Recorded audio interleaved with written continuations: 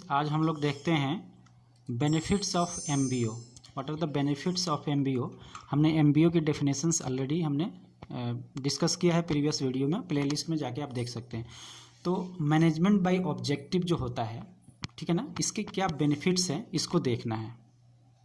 जो management by objective होता है इसमें कई सारे फ़ायदे होते हैं, तो इसी को चलते हैं हम पॉइंट वाइज देखते हैं। Managers are involve in objective setting at various levels of management under MBO and this commitment ensures hard work to achieve them. देखिए, जो नॉर्मल मैनेजमेंट होता है उसमें क्या है कि जो टॉप लेवल मैनेजमेंट होता है वो क्या है कि गोल सेट करता है ऑर्गेनाइजेशन का और फिर नीचे की तरफ बता देता है कि भाई ये काम करना है। लेकिन एमबीओ में क्या होता है कि जो भी लेवल है, चाहे वो मिडिल लेवल है, चाहे वो लोअर लेवल है, चाहे वो अपर लेवल है, सब मिल बैठ के अपना एक गोल सेट करते हैं। एक ऑर्गेनाइजेशन का गोल सेट होता है, फिर उसको अचीव करना होता है। फिर इसमें क्या होता है कि जो सारे लेवल्स के मैनेजर्स हैं उनको पता होता है कि हमें क्या करना है, हमारा गोल क्या है।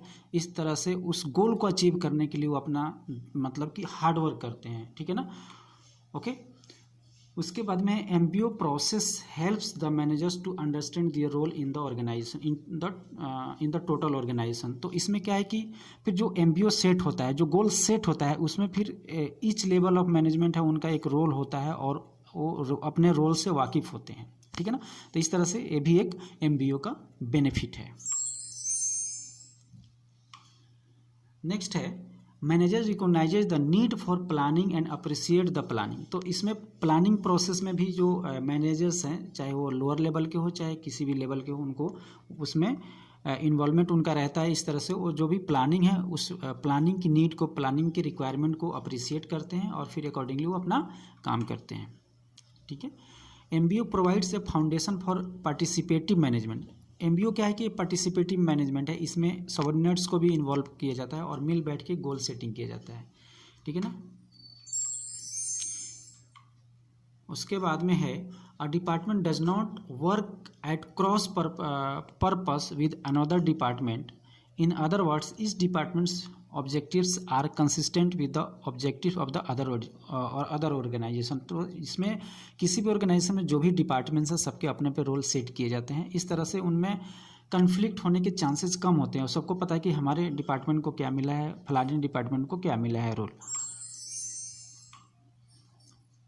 उसके बाद में systematic evaluation of performance is made with the help of MBO.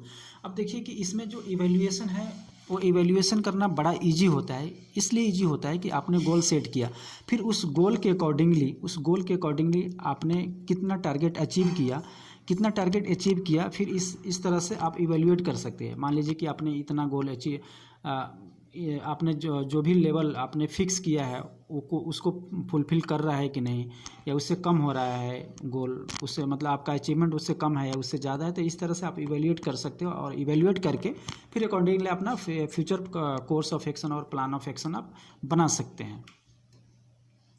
उसके बाद में MBO gives the criteria of performance, it helps to take corrective action. तो जो भी परफॉर्मेंस है उसका क्राइटेरिया भी देता है, फिर आप करेक्टिव एक्शन भी कर सकते हो। मतलब कि आप जो गोल से आप डेविएट होते हो तो उसमें फटाफट आपको पता चल जाएगा कि आप गोल से डेविएट हो रहे हो, ठीक है ना।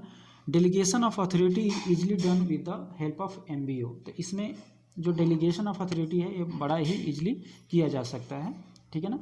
उसके बाद में the practice of MBO helps the manager attend the job enrichment. इस तरह से एमबीओ में क्या है कि जॉब इनरिचमेंट होगा, लोग ज़्यादा से ज़्यादा काम करेंगे, लोग पूरी इंथुसियास्टिक होंगे, मोटिवेटेड होंगे, तो इस तरह से जॉब इनरिच होगा। उसके बाद में MBO motivates the workers by job enrichment and makes the job meaningful. तो एमबीओ में क्या है कि जॉब मीनिंगफुल होता है। जब जॉब आपका मीनिंगफुल होगा तो इनरिच होगा और बंदे भी मोटिवेट होंगे। उसके बाद में the responsibility of a worker is fix through MBO. MBO के थ्रू क्या है कि हर एक का रिस्पॉन्सिबिलिटी फिक्स किया जाता है ना। तो ये भी बहुत अच्छा चीज़ है। उसके बाद में है decision is taken by the management very quickly.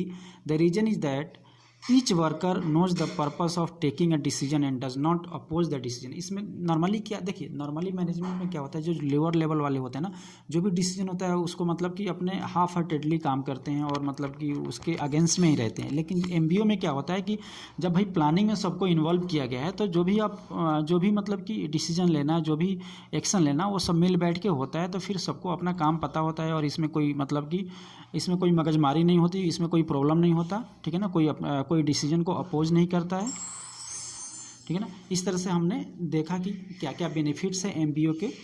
Thanks for watching this channel, please like and subscribe.